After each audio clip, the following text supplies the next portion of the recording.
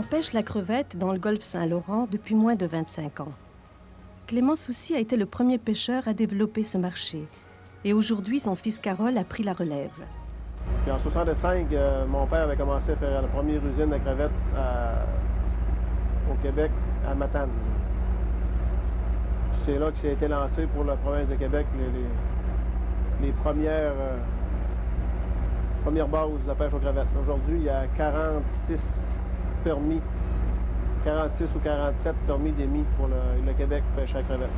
Les bancs de crevettes se déplacent surtout entre Pointe-des-Monts et Blanc-Sablon.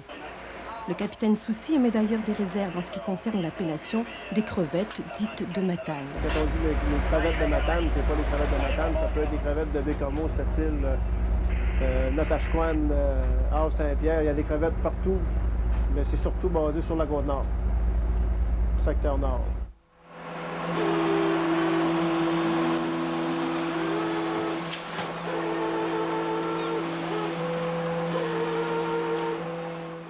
La commercialisation de la crevette ne s'est pas faite sans difficulté.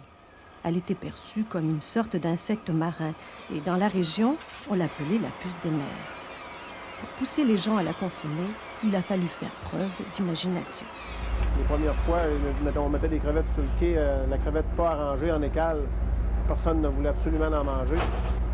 Puis au bout d'une semaine, les gens venaient avec des sacs, partaient avec des sacs bien pleins. Fait goûter à tout le monde.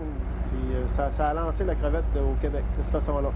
En laissant de la crevette sur les quais, 200-300 livres, puis demandant à tout le monde de goûter.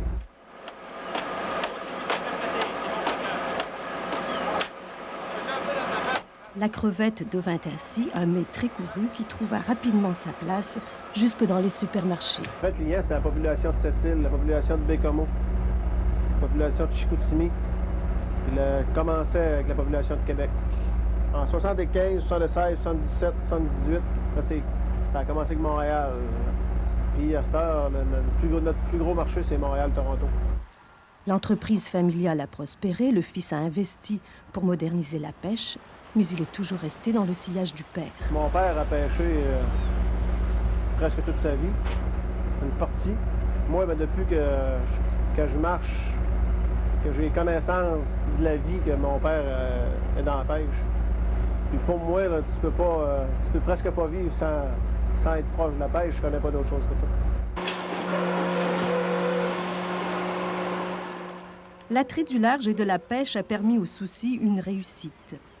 Et il n'est pas dit que le fiston ne devienne un jour, lui aussi, un prospère vieux loup de mer. Ben là, à l'heure actuelle, il y a mon petit gars à 6 ans, ça va sur 7 ans. Si lui, il pense qu'il peut gagner sa vie dans ça, il suivra les traces. Mais dans la pêche,